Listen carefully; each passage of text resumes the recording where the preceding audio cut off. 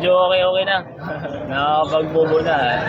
Siyempre, excitement ako dun sa mga ensayo kasi nakasama ko na yung mga kuya ko, mga ina-idolize ko. Yun, thankful lang din ako yung hanggang ngayon. Hindi pa rin makapaniwala, pero yun lang.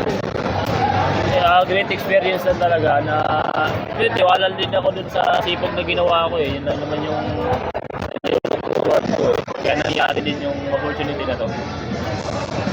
Kasi your section sa'yo ng team, simula nung pumasok ka?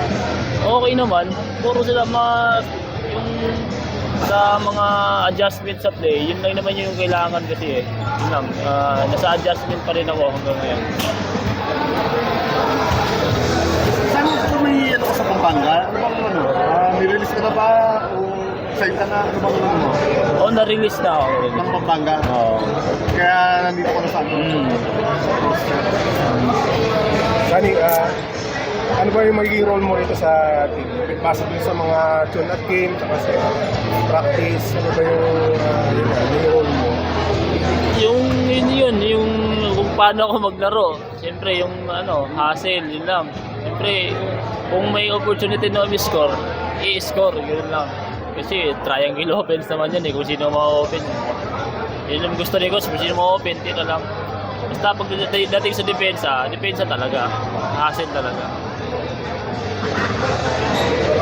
Yung attention ng mga Hinebra fans, nararamdaman mo naman. Oo, halos pag sa news feed ko, pag ako, puro mukha ko yung nakikita ko eh. Nasa sapawan. Sa pao na sila Scotty. Oo.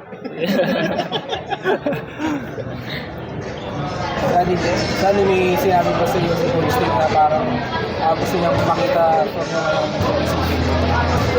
Gusto niya makita. Siguro yung sa play adjustment kasi never akong nag-play ng yung play na triangle offense. Ngayon pa lang, kaya siyempre yung adjustment lang. Mabilis naman yun pag mabilis ko na makuha yun, mabilis na lang. Tapos parang mas magaan na lang maglaro kasi kabisado mo na yung paano galawin. Kasi ilang beses pa lang nag-ensayo eh, 2 weeks pa lang ata.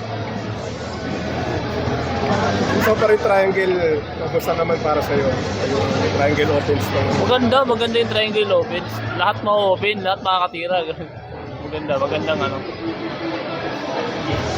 Maraming nagsasabi na mabigat yung expectation na maglaro sa Hinebra. So, paano mo na-handle yung pressure, sir? Wala, sanay na ako sa pressure. Sanay na ako, basta laban lang ako.